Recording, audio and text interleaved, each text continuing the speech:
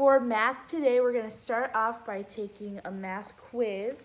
So if you can go to page 125 of your quiz and test book, quiz 16. You're going to take quiz 16 and then you're going to play this video.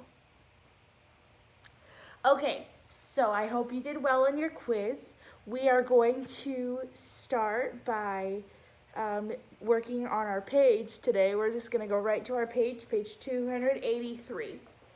But before we do, hopefully you remember these from geometry. You have your point, line segment, line, ray, intersecting lines, parallel lines, angle, right angle, congruent angles, perpendicular lines, simple closed curve, and a polygon. Be familiar with those. Now we're learning, and section 1 says measure to find the perimeter of these polygons. Remember, perimeter is the distance around a polygon. So the first one, and I don't know if you have your ruler, but if you have your ruler, if you measure that shape and it's a parallelogram, which looks like a rectangle on its side, you have the top is 4, and if it's a parallelogram, so the top is 4, so the bottom's going to also be 4 centimeters. And then the side is 2 centimeters, making the other side 2 centimeters. So if you have 4 and 2 and 4 and 2, what does that equal? Yeah, 4 and 2 is 6. 4 and 2 is 6. 6 plus 6 is 12 centimeters. Right. Next, B is a square, and we're finding the distance around. So measure it, the top, if you have one, with centimeter side. And if you measure the centimeters, the one side is 2. But we know something, huh? If it's a square, all 4 sides are equal, so you only have to measure one side. If one side is 2, the other sides are also 2, so that is 8 centimeters. And the last one is a rhombus. And the rhombus, remember, is like a square on its side, so all 4 sides are going to be the same as well, just like the square. So measure one side, and you can figure it out by multiplying it by 4. So measure that. Okay, so if you measured one side, you would see it's 3 centimeters. 3 centimeters times 4 is 12 centimeters. Section 2, multiply the length of each side by 4 to find the perimeter of these squares. Remember, our perimeter formula is P equals 4 times S. So multiply those. 9 times 4 is 36 centimeters. 11 times 4 is 44 centimeters. 55 times 4, I'll give you a second to do that. Although you could do 50 times 4 and 5 times 4. 50 times 4 is 200. 5 times 4 is 20, and add them together, and you will get 220 feet. 6 times 4 is 24. 73 times 4, do it. 292 decimeters. And then 17 yards times 4 yards is 68 yards. Now, section 3, divide the perimeter by 4 to find the length of one side. Do you understand what they're saying? They're saying the perimeter of this square is 48 centimeters. So it's 48 around, but they want to know what's the length of one side. So to find that, and if all 4 sides are equal, you just divide 48 divided by 4 to get the length of one side. So 48 divided by 4 is 12 centimeters. 80 feet divided by 4, 80 divided by 4 is 20 feet. 28 inches divided by 4 is 7 inches. 400 divided by 4 is 100 yards. And 100 divided by 4 is 25 inches. Section 4. Dana paid $4.27 for a poster of John Cabot. What change did she receive from a $10 bill? Now we are counting back change. So remember our first step. Our first step when we're counting back money is to count to the nearest 5 or 10. We try to find our nickel and dime spot. Say that with me. Find your nickel and dime spot. So we're at 27 cents when we're counting back up to $10, right? It's $10, yes. So we'll start with $4.27. What's our nearest nickel or dime spot coming up? Oh, it's 30, you're right. So if we're going from $4.27 to $4.30, what do we need? 3 pennies. So write that down, 3 pennies. Now we're at $4.30. What do I say to do after finding a nickel or dime spot? Get to the quarter spot. Yes. So our nearest quarter, what's our nearest quarter after 30 cents? We've already passed 25, so our next quarter is 50. What's the fastest way to get from 30 cents to 50 cents? 30 plus 20 is 50.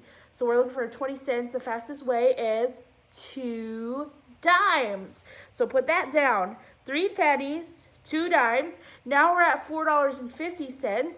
Now we're at the quarter spot. How many quarters do we need to get from $4.50 to $5? You're right, 2 quarters. So now we're at $5. How many dollars do we need to get from $5 to $10? $5. Right. So your answer should be 3 pennies, 2 dimes, 2 quarters, and 1 $5 bill. Good job.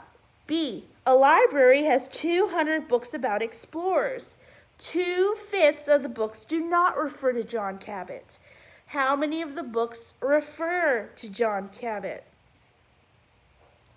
Well, if we say what we're saying, 2/5 don't refer to him, right? So 2/5 of 200. When we have that word of with a fraction and a whole number, 2/5 of 200, what did I say we change the of to?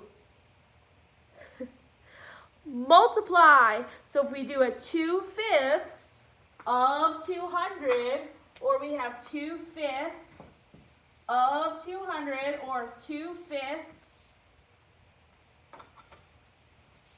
times 200, you can divide. 5 divided by 5 is 1. 5 goes into 24 times with a 0 added. 2 times 40 is 80 over 1, which equals 80. So you could write 80 books are not about John Cabot, but there are 200. So 200 minus 80 books that are about John Cabot, aren't about John Cabot, and what would you get? 120 books are about John Cabot. Okay, that is your correct answer. Another way I will tell you that you could have done this is you could have said, well, 2/5 don't refer to John Cabot, but I'm trying to find the ones that do, so I'm just trying to find the other half. But we have 2/5 and one whole minus 2/5, you would get 3/5. So if you're saying, well, 2/5 don't refer to John Cabot, so that means 3/5 do refer to John Cabot. Then you could have just found 3/5 of 200 and been done in one step, because 3/5 times 200, cancel the 5 and make it a 1, and cancel the 200 and make it a 40. 3 times 40 is 120. All right, C. As James Cook explored New Zealand and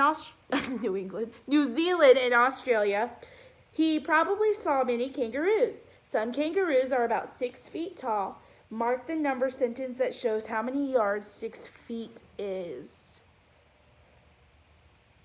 What are we going from? We're going from feet to yards, smaller to larger, divide. So it is 6 divided by 3 equals 2. Turn the page. Read the numbers and circle the digit in the tenths place. Not the tens place, but the tenths place for decimals. Okay, do it. And then give me 10 jumping jacks. Now remember, okay, for this, tenths is right after the decimal place. So you should have circled 2, 0, 9, 1, 3, and 7. All right, section 6. Find the differences and write the differences. Pause this video and then play it when you're ready. Hopefully you paused it and you're ready. Here's our answers for A, 1.7, B, 7.89, C, 2.87, D, 18.47, E, 63 and 98 hundredths, F, 5 and 7 tenths. Did you get that one? I would, if I were you, with F, G, and H, I would have written them right underneath that problem because it's tricky to do it sideways like that. But it is 5.7 or 5 and 7 tenths. G is 6.71 or 6 and 71 hundredths. And H is $1.58. Now to do that one, you would have needed to put a decimal place and 2 zeros at the end of $10 to figure that out.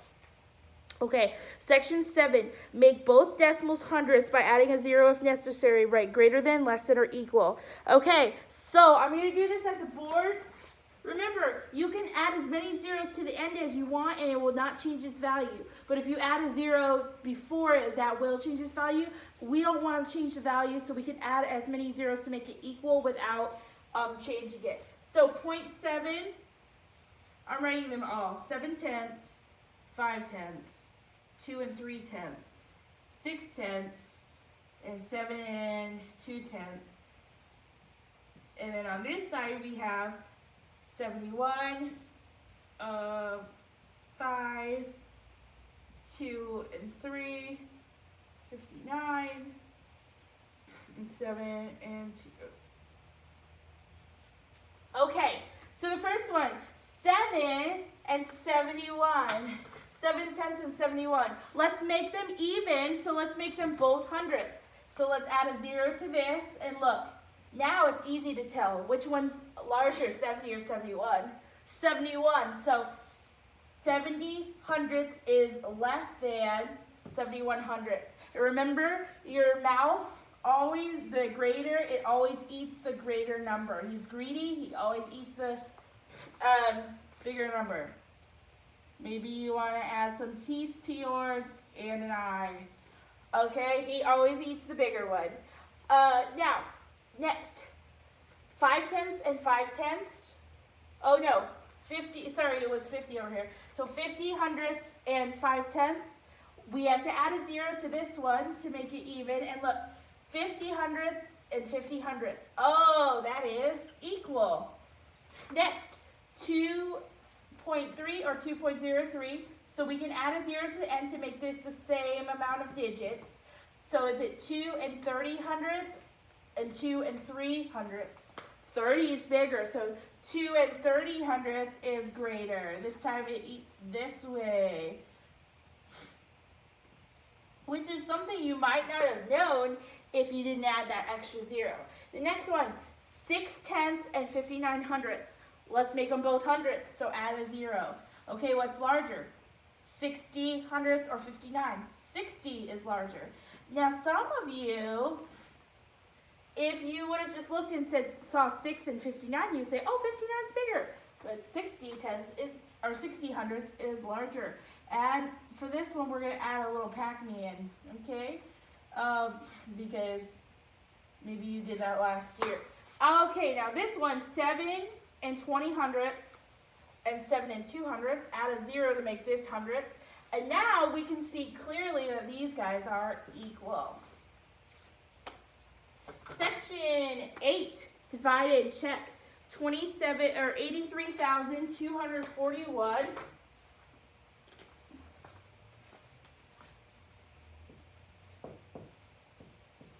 divided by 27. 27 is between what two tens? 20 and 30, but it's closer to 30. 3 goes into 8 how many times? 2. Wait, you know what? 27 is very close to 25. So I'm going to count by quarters, actually, because it's closer to 25 than it is to 30. So if we're using quarters, 25, 50, 75, it would be 3. And I think it's going to be 3, not just 2. I was just thinking that. 7 times 3 is 21. Carry the 2. 2 times 3 is 6, plus 2 is 8. Yes, see that fit. Subtract. 3 minus 1 is 2, and 2 is less than 27. Now, if we would have done 2, we would have had a remainder of 29. Then we would compare and see, oh, it's not It's not smaller than 27.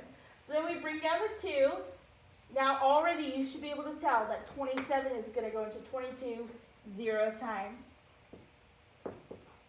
Subtract, compare, bring down. And now we have 27 goes into 224. Well, let's count. Ready? 25, 50, 75, 100. 125, 150, 175, 200. And then the next one would be 225, which is not going to work because that's bigger. So that would be 8 times. 7 times 8 is 56. Carry the 5. 2 times 8 is 16 plus 5 is 21. Subtract and you get 8. 8 is less than 27 and bring down the 1. 27 goes into 81. Oh, we just did that before. 3 times. And it's going to equal 81. Subtract, 80 gets 0. Multiply to check 3,083 times 87 and you will get 83,241. All right, the next thing is write the products. Pause and go. All right, ready? It's 84, 24, 108, 60, 132, 12, 96, 120, 72, 144, 36, 48. You might say, you were going too fast, but I told you to pause it. I told you to pause it. All right, work on section 10 and 11. Pause it, and then we'll check. Okay, so 10 is 23 and 9/8. Change the 9/8 to 1 1/8, and you get 24 and 1/8. B is 4 and 3/6, which reduces to 4 1/2. C is 12 and 2/5.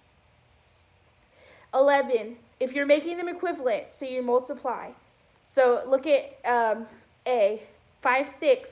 So 6 times 6 is 36, so you have to do the same to the top. 5 times 6 is 30.